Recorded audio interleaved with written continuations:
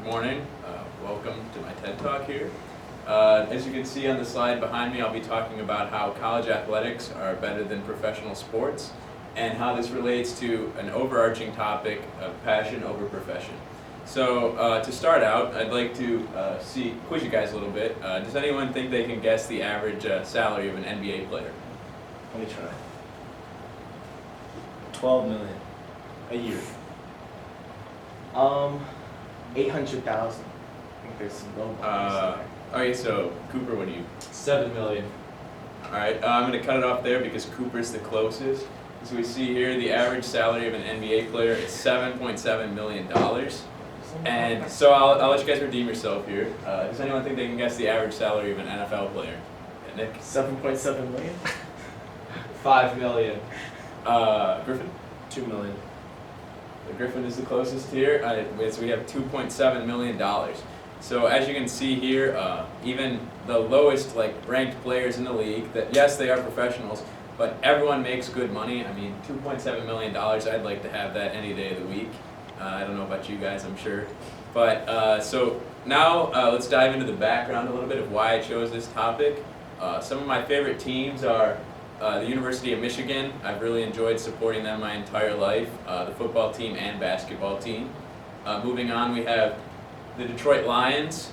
They haven't been doing too well this season, but I'm still a Lions fan.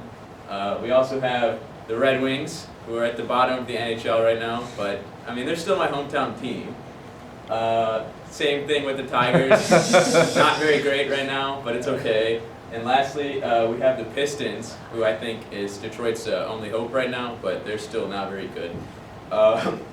So really, I started loving sports from a young age. I always played some, but really, I was never the best, so I kind of got into watching them. And so I've watched various sports games. That's usually how I spend my Saturdays. Rather than doing homework, I watch college football.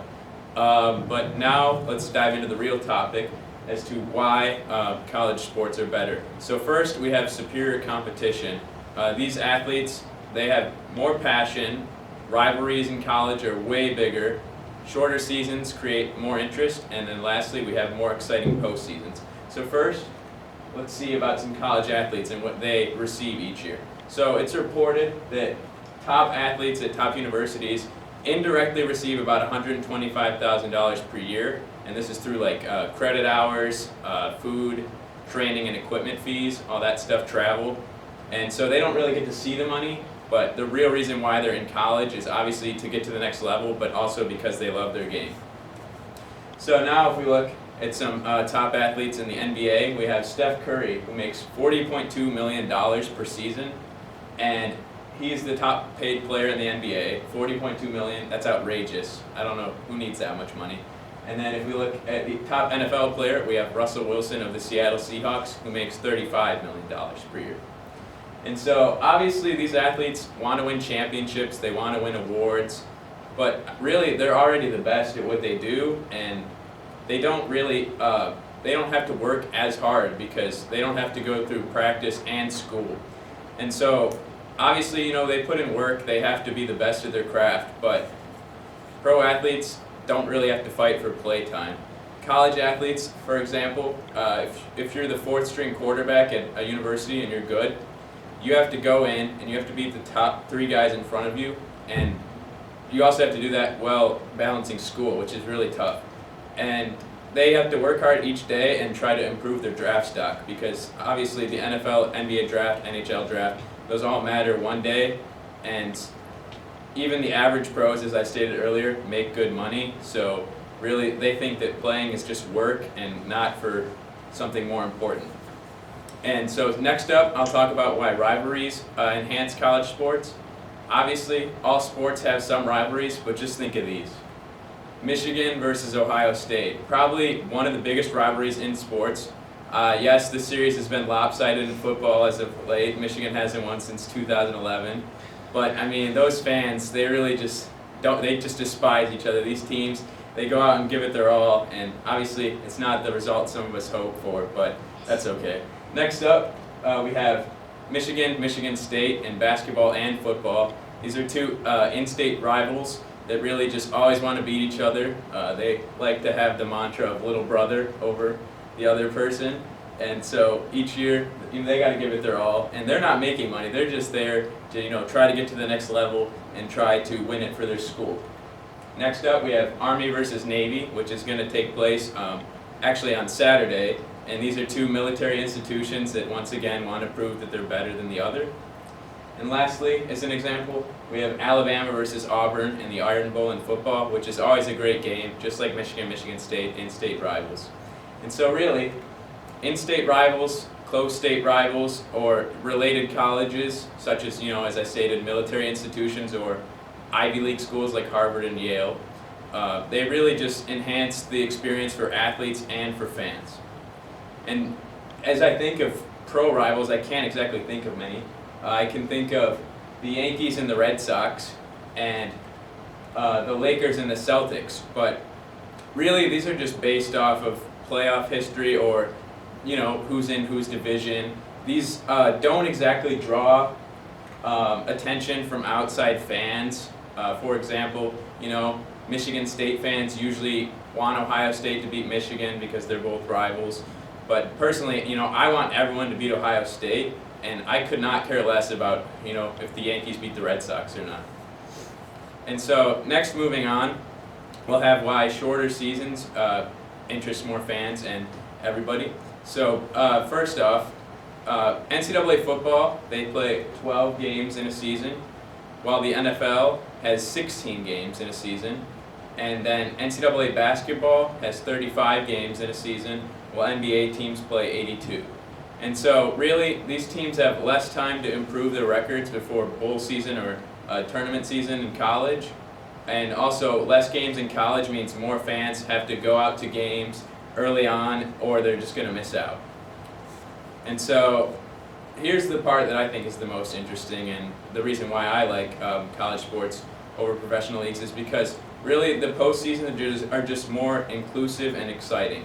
So 64 NCAA men's basketball teams, and then the women have a tournament too, go to March Madness, where they play and they square off against schools some people have never heard of, or top universities, 16 seeds and 1 seeds. And then other schools go to the NIT, which is a lesser tournament than March Madness, but people still pay attention.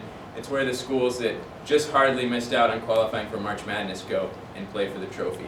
And so in March Madness, there's always the chance for a Cinderella story.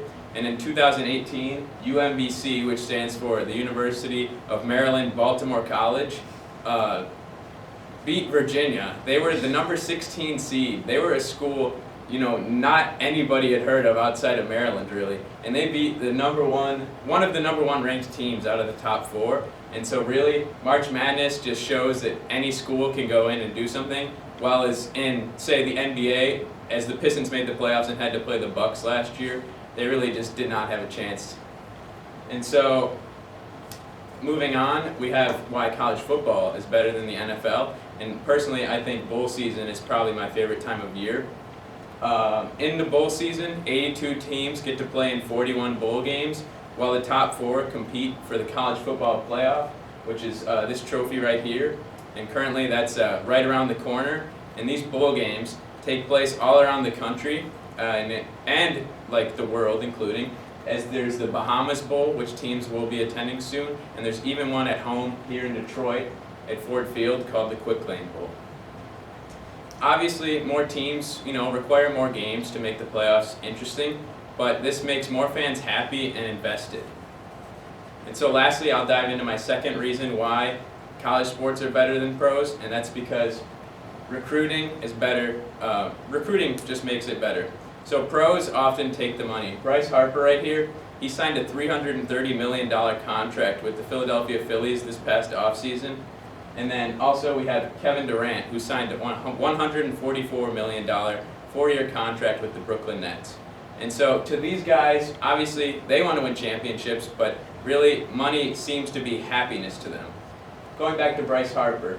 Bryce Harper missed out on a World Series this season. His former team, the Washington Nationals, won the World Series without him, and he took an extra $30 million to go and miss the playoffs pretty much. And so, going back, college athletes often sign with top universities. college athletes sign with top universities such as Zion Williamson here. He committed to Duke, and that's because, you know, they pitched to him. He thought it was the best fit. This was his dream school, and it was also close to home. But he had a choice. He was allowed to, you know, pick where he wanted to go. He could narrow down his top 10, top 4, and then go from there. But here he is as a pro. Zion was the top pick in this last year's draft, and really he had to go to New Orleans because he was the best prospect, and New Orleans was the worst team last year. And so, going back, how does this all relate to daily life? So I know a lot of you are probably thinking right now, how does this relate? Like, what can I do in my life? I'm not a college athlete, or maybe I'm not a sports fan. But I think there's some big messages here. Some of this relates, just trust me. So first off, find something that you love and do it without worrying about results or income. Do what you want and don't listen to criticism of others. Happiness is greater than money, and money does not always equal success. Success is when, you know, you're happy, you're in the situation that you want to be in, and it's just living your best life. And then hard work. It takes a lot of hard work, but success will come. If you want something, you have to go and get it. And then I want to leave you with this. So right here is a picture of Lamar Jackson. He's currently the NFL quarterback for the Baltimore Ravens and the MVP frontrunner. And he's a former Heisman winner in college, which is given to the best college football player. And so he recently said in an interview, he wears this t-shirt in most of his post-game press conferences. He said, "Nobody cares about what you're doing. You got to work harder. If you want to be the best, you got to work hard at being the best. If they're doubting you, work harder." So finally, just to restate what I've already said, do something you love, support something you believe in, and remember to always chase that bag. But the bag doesn't have to be a reward. It's really just your personal happiness. And so remember, you rule your life, and we'll always be your fans. Thank you.